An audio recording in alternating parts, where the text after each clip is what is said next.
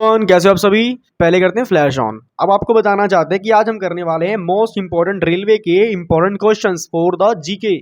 ठीक है, हम जीके के मोस्ट इंपॉर्टेंट क्वेश्चंस आराम से समझ के करने वाले हैं। और आपके सामने जैसे लिखा हुआ है आरआरबी ग्रुप डी, है ना, ये सारी चीजें लिखी हुई हैं आपके सामने। कौन सा क्वेश्चन कितने सन में कितनी शिफ्ट में कब पूछा गया, फलानी डेट वगैरह सब कुछ, डेट महीना साल सब कुछ आपके सामने है। और जो हम क्वेश्चन डिस्कस करने वाले हैं ये बहुत ज़्यादा इंपॉर्टेंट क्वेश्चन होने वाले हैं। अगर आप किसी भी रेलवे के एग्जाम की तैयारी कर रहे हैं, फॉर एग्जाम्पल आप एनटीपीसी की तैयारी कर रहे हैं, आप रेलवे के ग्रुप डी की तैयारी कर रहे हैं, किसी भी गवर्नमेंट एग्जाम की आप तैयारी कर रहे हैं, तो आप सभी को हम बताना चाहते हैं कि जो ये हम क्वेश्चन आपको करवाएंगे ये सारे के सारे आप सभी के लिए बहुत ज़्यादा इंपॉर्टेंट होने वाले हैं। ठीक है, तो इन क्वेश्चंस को आपने अच्छे से करना है। और बाकी आपको एक बात और बतानी है कि इन क्वेश्चंस के बीच बीच में आपको मैं कुछ ऐसे इंपॉर्टेंट चीज़ें बताऊंगा जिसे करके आप अपनी प्रिपरेशन बहुत अच्छे तरीके से कर सकते हो और बहुत ही कम समय के अंदर। आपको मैं इसमें एक स्ट्रेटजी बताऊंगा अभी जल्दी की जल्दी, ठीक है। और आप सभी को एक सरप्राइज भी दूंगा इसी वीडियो में, तो वीडियो में बने रहें, आप सभी के लिए बहुत ज़्यादा इंटरेस्टिंग और बहुत ही नॉलेज वाली वीडियो होने वाली है। तो सबसे पहले आपको बताना चाहता हूँ कि इसके जो पहले वाली वीडियो थी उसमें हमने टोटल 65 क्वेश्चंस कवर कर लिए हैं। ठीक है, तो टोटल हमने 65 क्वेश्चन उस वीडियो में कवर कर लिए थे। अब हम करेंगे क्वेश्चन नंबर 66। ठीक है, अगर आपने इसके पहले वाली वीडियो नहीं देखी है तो लिंक मैंने पूरी प्लेलिस्ट का, हमने इनकी पूरी प्लेलिस्ट बनाई है और प्लेलिस्ट का लिंक हमने डिस्क्रिप्शन में डाल दिया है। अगर आपने अभी तक नहीं देखा है तो फटाफट जाएं, डिस्क्रिप्शन में इसका आपको लिंक मिल जाएगा प्लेलिस्ट का, आप वहां से जाके सारी चीज़ें देख सकते हैं। क्लियर होगी बात? चलिए फटाफट चलते हैं क्वेश्चन नंबर 66 की तरफ। तो 66वां प्रश्न अपना बोल रहा है डैश सबसे पुराना उपनिषद है।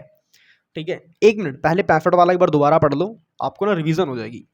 डैश उपनिषदों में से डैश उपनिषद मुख्य माने जाते हैं।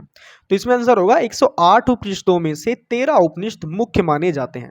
अब आपके दिमाग में आ रहा होगा यार ये उपनिषद क्या है। देखो उपनिषद होते क्या हैं, फॉर एग्जाम्पल जैसे आप कोई स्टोरी पढ़ते हो तो part A, part B, part C, part D, ऐसी चीज़ें होती है ना, लाइक 4 पार्ट में कोई स्टोरी डिवाइड है। उसी तरह क्या होता है, जो उपनिषद होते हैं वो भी ऐसे ही डिवाइड होते हैं। क्लियर होगी बात? जो वेदों में क्या होते हैं, वेदों के अंदर उपनिषद होते हैं। क्लियर होगी बात सभी को?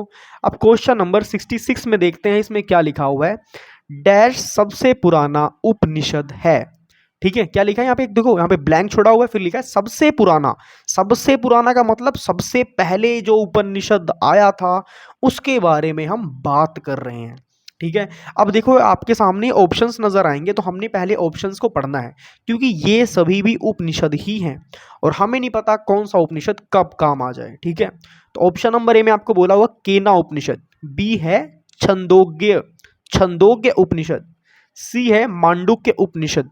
नाम थोड़े आपको थोड़े डिफिकल्ट लग रहे होंगे, सुनने में थोड़े से अजीब लग रहे होंगे, बट ये संस्कृत वाले नाम हैं और संस्कृत में नाम ऐसे ही होते हैं।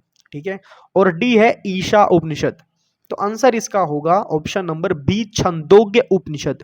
अब देखो आजकल तो नाम रख देते हैं ईशा, है ना, एक बॉलीवुड एक्ट्रेस भी है, बिग बॉस में आई थी, ईशा मालविया। तो आजकल नाम हो गया, मगर पहले सबसे पहले ईशा एक उपनिषद के रूप में इस नाम को यूज किया जाता था, प्रयोग किया जाता था। क्लियर होगी बात सभी को? अगर आपसे ये क्वेश्चन दोबारा कभी पूछा जाए कि सबसे पुराना उपनिषद कौन सा है, तो आपने बताना है छंदोग्य उपनिषद। कौन सा?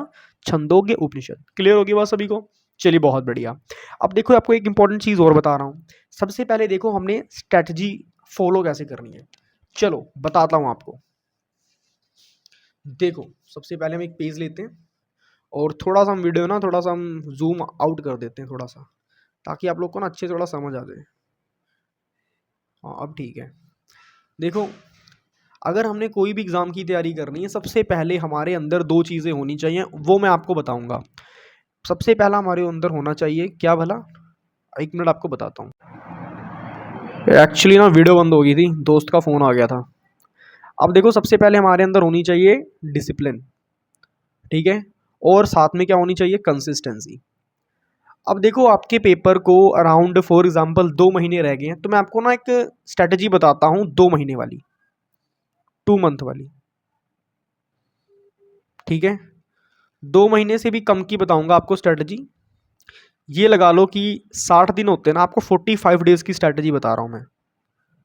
45 दिनों में आपने अपनी स्टडी करनी कैसे है, 45 दिनों के अंदर आपकी जीके पूरी कवर करवा दूंगा मैं। टेंशन बिल्कुल भी नहीं लेनी है आप, मतलब चिल मारोगे, समझ रहे हो? जब आप पेपर करोगे ना, आपको फील ही नहीं होगा कि आप मतलब एग्जाम में बैठे हो, आपका नर्वस वगैरह सब कुछ दूर हो जाएगा। इस बात की आपको मैं 100% गारंटी देके बता सकता हूँ। यार एक्चुअली ना आज होली है ना, तो दोस्त बार बार फ़ोन कर रहे हैं और उस वजह से ना मेरे को बार बार वीडियो कट हो रही है। खैर अब देखो, पहला हमारे अंदर होना चाहिए डिसिप्लिन, और दूसरी हमारे अंदर होनी चाहिए कंसिस्टेंसी। ठीक है? अब देखो, अब 2 महीने की तो मैं आपको बताने वाला था, मगर अब 2 महीने नहीं बता रहा, 45 डेज बता रहा हूँ। क्योंकि जो बचे होंगे 15 दिन, उसमें हम करेंगे रिवीजन।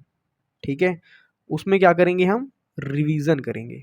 और रिवीजन ऐसे नहीं करेंगे कि भाई उसको पढ़ लिया पढ़ लिया पढ़ लिया। ये रिवीजन बिल्कुल बोरिंग रिवीजन है, हमने बोरिंग रिवीजन नहीं करनी। ठीक है? क्या करनी है हमने? बोरिंग रिवीजन नहीं करनी है। जो ये बोरिंग रिवीजन है ना, इसको हमने ऐसे करे काट देना है, अपने दिमाग से भी काट देना है। जैसे मैंने यहाँ पे पेज में काटा है ना, वैसे ही आपने अपने दिमाग से काट देना है।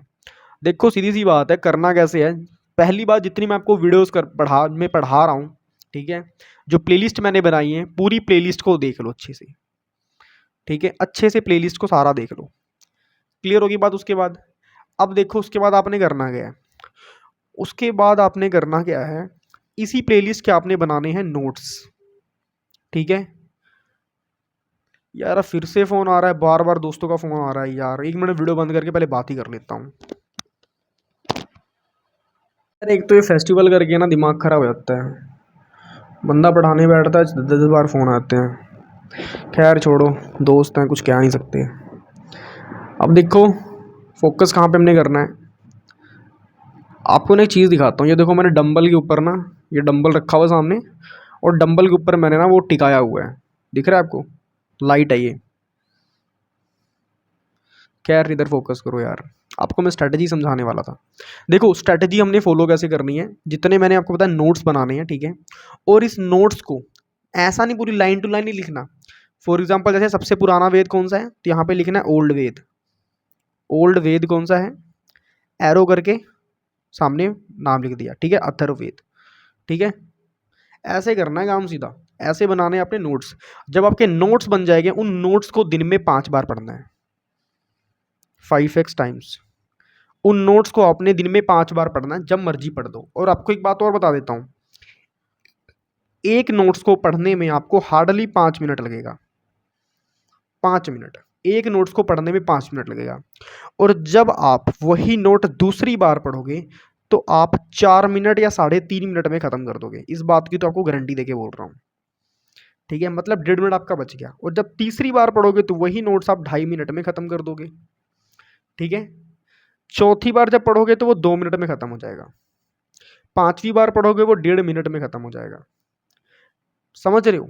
मतलब 1.5 मिनट के अंदर आप पूरे नोट्स पढ़ लोगे। क्योंकि मैं क्वेश्चंस आपको ज़्यादा नहीं करवा रहा। कहने का मतलब ये है कि अगर आप डेली पढ़ोगे, तो अगर आप मेरी बात मानोगे, तो आपकी जो रिवीजन है ना, एक नंबर, इतनी अच्छी रिवीजन होगी, इतनी अच्छी आपकी तैयारी होगी ना, आप खुद बोलोगे वाकई में सर मज़ा आ रहा है, पढ़ने में मज़ा आ रहा है। लोग पढ़ाई ना मज़े से करते ही नहीं है, पढ़ाई करते हैं सिर में लोड डाल के, सिर दर्द बना के पढ़ाई करते हैं। इसी वजह से वो पीछे रह जाते हैं। पेपर से एक दिन पहले पढ़ के देखो, सीधी सी बात है, ये कि तुम्हारी बैचलर्स की डिग्रियाँ नहीं है। ठीक है? तुम बी.कॉम बी.बी.ए एल.एल.बी नहीं वो सॉरी बी.कॉम बी.बी.ए या कुछ बी फार्मेसी नहीं कर रहे कि लोग तुम इतने होशियार हो कि तुम एक रात पहले पढ़ोगे और उसके बाद पेपर तुम्हारा क्रैक हो जाएगा। देखो ऐसे कुछ ही बच्चे होते हैं जो एक रात पढ़ते हैं, उसके बाद पेपर क्रैक कर देते हैं। ठीक है? और गवर्नमेंट एग्जाम में तो भाई भूल जाओ कि तुम पेपर के एक दिन पहले पढ़ोगे और तुम्हारा एग्जाम क्रैक हो जाएगा। ये पॉसिबल ही नहीं है, किसी एंगल से पॉसिबल नहीं। क्योंकि यहाँ का सिलेबस इतना ज़्यादा वास्ट होता है, इतना बड़ा सिलेबस होता है ना, कि इंसान कवर करते करते ही रह जाता है। ठीक है? तो अगर मैं आपको इंपॉर्टेंट क्वेश्चंस करवा रहा हूँ ना, तो वैल्यू करो इंपॉर्टेंट क्वेश्चंस की, और अपने पढ़ाई पर एकदम डट जाओ, एकदम लग जाओ। ठीक है? ठीक है ना? एक बात और बताना चाहता हूँ कि मैंने इसका पूरी जो हमने पढ़ाया है, जितने क्वेश्चंस, उन सभी का लिंक मैंने अपनी प्लेलिस्ट में डाला हुआ है। फटाफट से जाओ प्लेलिस्ट को चेक करो, जितने क्वेश्चंस मैंने करवाए सभी को अच्छे से देखो, उनकी नोट्स बनाओ और अपनी तैयारी पे लग जाओ। ठीक है? All the very best for your upcoming railway exams.